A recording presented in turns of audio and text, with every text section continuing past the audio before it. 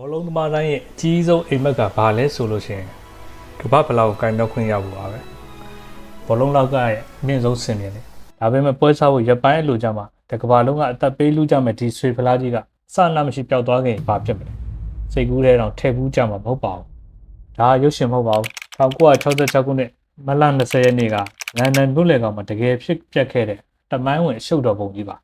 အမေဂျော်စကော့တလန်ရဲ့ရဲတပ်ဖွဲ့ရဲ့ထောက်လှမ်းရေးတွေနေမနာညမနာလိုက်ရှာကြပြင်မယ်ဖလားရဲ့အရေးအယောင်တော့တွေ့ခဲ့ကြပါဘူးအကုန်လုံးလက်လျှော့ပြီးစိတ်ပြက်နေတဲ့အချိန်ကြမှာဘယ်သူမှမထင်မှတ်ထားတဲ့ခြေလေးချောင်းအမွှေးပွားတရေကောင်းတစ်ကောင်ပေါ်လာပြီး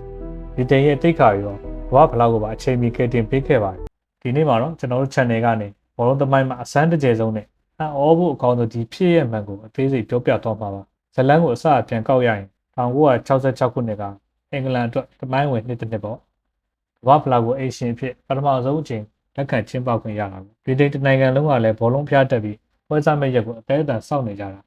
အဲ့ဒီခေတ်ကကမ္ဘာဖလားပုံစံကခုခေတ်ကျွန်တော်တို့မြင်နေရတဲ့ပုံစံမျိုးမဟုတ်သေးပါဘူး FIFA ရဲ့တတိယမြောက်ဥက္ကဋ္ဌဂျူလီရီမေကိုဂုဏ်ပြုပြီးဂျူလီရီမေဖလားလို့ခေါ်ပါတယ်ဆွေစဉ်ဆွေသားစစ်နဲ့ပြုတ်လုပ်ထားပြီးအလေးချိန် 3.8 ကီလိုဂရမ်ရှိပါတယ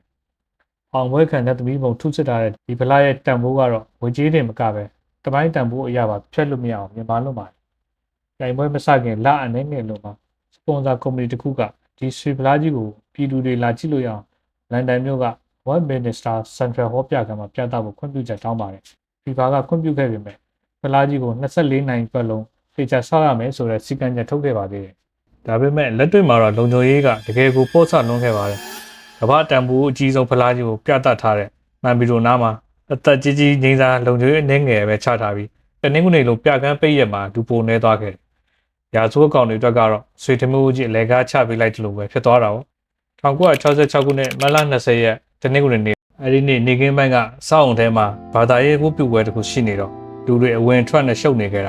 စောက်တွေကလည်းပွဲကိုအာရုံရောက်နေပြီဖလားရှိတဲ့မှန်ဗီဒီယိုစီတိတ်ကူးမဆိုင်ကြအောင်မွန်လွယ်3နိုင်လောက်မှာလုံခြုံရေးမှုကပုံမှန်အတိုင်းလှည့်ကင်းပတ်ရင်းနဲ့ကမ္ဘာဖလားပြကမ်းတဲ့ဝင်လာခဲ့ဒါပေမဲ့မြင်လိုက်ရတဲ့မြင်ကွင်းကြောင့်သူ့တကူလုံးတွေးချင်းခြောက်သွားခဲ့ရတယ်ဖလားထည့်ထားတဲ့မှန်ဗီဒီယိုရဲ့နောက်ကျောတကတော့ကလောက်ကရိုက်ချိုးခံထားရပြီမှန်ဗီဒီယိုထဲမှာရှိနေရမယ်ကမ္ဘာဖလားကြီးကမရှိတော့ပါဘူ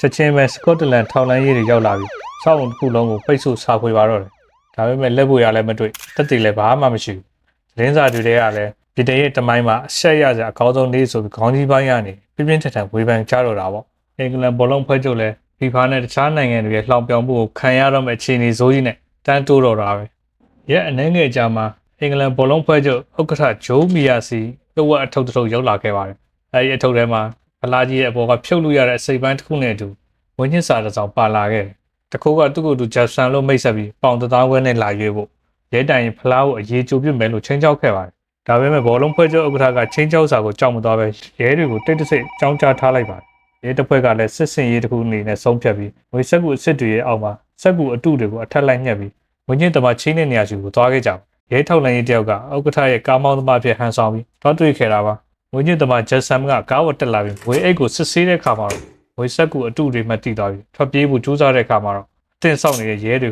ကဝိုင်းဝန်းပြီးအမိရဖမ်းလိုက်နိုင်ပါတယ်အားလုံးကကမ္ဘာဖလားပြန်ရပြီဆိုပြီးဝန်တာသွားခဲ့ကြပြီတကယ်လက်တွေ့မှာတော့စိတ်ပြက်စရာကြီးဖြစ်ခဲ့ရပြန်ပါဘာလို့လဲဆိုတော့ဖမ်းမိထားတဲ့သူက Ashwath Bansley လို့ခေါ်တဲ့ရာဇဝတ်မှုရာဇဝင်အနှဲငယ်ပဲရှိတဲ့လူတစ်ယောက်ဖြစ်ပြီးသူကတခိုးမဟုတ်ပါဘူးဂျားတွေကငွေလာရေးပေးဖို့ပေါင်900နဲ့အငှားလိုက်ခဲ့ရုံတတ်ပါတကယ်တခိုးအစ်စ်ကဘာတူလဲလားကြီးကိုဘယ်မှာခွက်ထားလဲဆိုတာကိုသူလုံးဝမသိပါဘူးစုံစမ်းစစ်ဆေးမှုကလမ်းစာပြောက်ပြီးလဲထွက်သွားခဲ့ရပြန်ပါတယ်ကမ္ဘာဖလားပြိုင်ပွဲစတင်ဖို့ကရက်ပိုင်းမဲ့လိုပါတော့ကမ္ဘာဖလားပျောက်ဆုံးပြီး9ရက်မြောက်နေ့ဖြစ်တဲ့1966ခုနှစ်မတ်လ29ရက်နေ့လန်ဒန်တောင်ပိုင်းမှာနေထိုင်တဲ့တင်ပေါ်ချင်းအလုပ်သမားတူဖြစ်တဲ့ David Corbett တက်ကတော့ထူးခြားတဲ့နေ့တစ်နေ့မဟုတ်ခဲ့ပါဘူးသူကသူ့ရဲ့အသက်4နှစ်အရွယ်အမဲနဲ့ဖီအောင်ဆက်ထားတဲ့ကော်လီခွေးမျိုးစိတ်ခွေးလေးပစ်ကဲကိုခေါ်ပြီးပုံမှန်တိုင်းလမ်းလျှောက်ထွက်ခဲ့တာပါလမ်းလျှောက်နေတော့ခွေးလေးပစ်ကဲက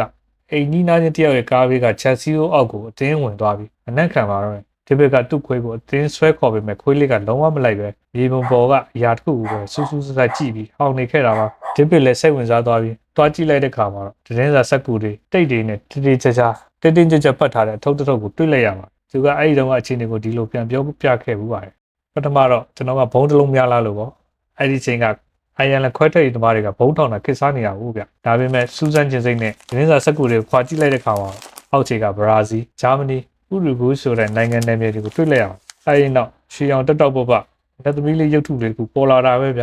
ဒေးဗစ်လည်းရင်နေတုံသွားပြီးအထုပ်ကိုပို့ပိုက်ကအနီးဆုံးရဲစခန်းကိုအပြေးလွှာသွားခဲ့ပါတယ်ရဲစခန်းရောက်တော့ဗလာကြီးကိုစပွဲဝတ်တေးပြီးကျွန်တော်ကမ္ဘာဗလာကြီးကိုရှာတွေ့ခဲ့ပြီလို့ပြောလိုက်တာပေါ့ပထမတော့ရဲတွေကဒေးဗစ်ကိုပဲတရားခံလို့တန်လျာဝင်ပြီးနိုင်ပေါင်းများစွာစစ်ဆေးမီးမြန်းခဲ့ပါသေးတယ်ဒါပေမဲ့နောက်ဆုံးမှာတော့ဒေးဗစ်နဲ့ခွေးလေးပစ်ကဲတို့ဟာကမ္ဘာဗလာကြီးကိုတကယ်ရှာဖွေတွေ့ရှိခဲ့တဲ့ကေတင်ရှင်တွေမှတက်တည်ပြနိုင်ခဲ့ပါတယ်ဒီတဲ့င်းကတကဘာလုံးကိုပြန့်နှံ့သွားခဲ့ပြီးခွေးလေးပစ်ကဲဟာညရင်းချင်းမှာပဲဗြိတိန်နိုင်ငံရဲ့အမျိုးသားသူရဲကောင်းဖြစ်လာခဲ့ပါတယ်1966ကမ္ဘာဗလာပြိုင်ပွဲကြီးကိုလည်းအောင်မြင်စွာကျင်းပနိုင်ခဲ့ပြီးအေရှင်အင်္ဂလန်အသင်းကပဲဗိုလ်တုပွဲမှာအနောက်ဂျာမနီကိုအနိုင်ယူတာတပိုင်းတစ်လျှောက်ပထမဆုံးနဲ့တစ်ချိန်တည်းတော့ကမ္ဘာဗလာချန်ပီယံဆုကြီးကိုစုခူးသွားခဲ့ပါတယ်။ဘိုးဆွဲတဲ့နေ့အောင်ပွဲခံညစာစားပွဲကိုဖိလိပပစ်ကဲကိုလည်းတရားဝင်ဖိတ်ကြားခဲ့ပါသေးတယ်။ကစားသမားတွေကဟိုတယ်လာသာဆောင်ကနေပြည်သက်တွေကိုကမ္ဘာဗလာကြီးပြပြီးအောင်ပွဲခံနေတဲ့အချိန်မှာတော့ပြည်သက်တွေကဖိလိပပစ်ကဲကိုပါဝိုင်းဝန်းအော်ဟစ်ဂုဏ်ပြုပေးခဲ့ကြတာပါ။ပစ်ကဲဟာစုငွေတွေအပြင်တစ်နှစ်စာအခမဲ့ခွေးစာကျွေးမဲ့စုနဲ့အတူရုပ်ရှင်တွေ TV အစီအစဉ်တွေမှာပါပြုဆောင်ခွင့်ရခဲ့ပါတယ်။ကမ္ဘာအမြင့်ဆုံးစုံစမ်းစစ်ဆေးရေးအဖွဲ့တွေဒီပညာတွေရှာမတွေ့နိုင်ခဲ့တဲ့ကမ္ဘာတန်ဖိုးအကြီးဆုံးစုဖလားကြီးကိုတော့နောက်ဆုံးမှာနမ်းမေကခွေးလေးတစ်ကောင်ရဲ့အနက်ခံအာယုံကပဲရှာဖွေပွေးနိုင်ခဲ့တာကတော့ဘောလုံးသမိုင်းမှာဘယ်တော့မှမေ့ပြောက်လို့မရမယ်အံ့ဩဖွယ်ဖြစ်ရစမ်းတစ်ခုကိုကြံနေရစ်ခဲ့ပါတော့ပြင်ကောဘာတွေးမိခဲ့လဲဗျာအခုလိုဘောလုံးသမိုင်းကလေးကထူးဆန်းထွေလာဖြစ်ရမှန်တွေကိုသဘောကျရဲဆိုရင်တော့ကျွန်တော်တို့ channel ကို like နဲ့ subscribe လုပ်ပြီးမေ့ပါနဲ့နော်နောက်ထပ်စိတ်ဝင်စားဖို့ကောင်းတဲ့ဗီဒီယိုတွေမှာပြန်လည်ဆုံတွေ့ကြပါဦးအားလုံးပဲတာယာသောနေ့လေးဖြစ်ပါစေ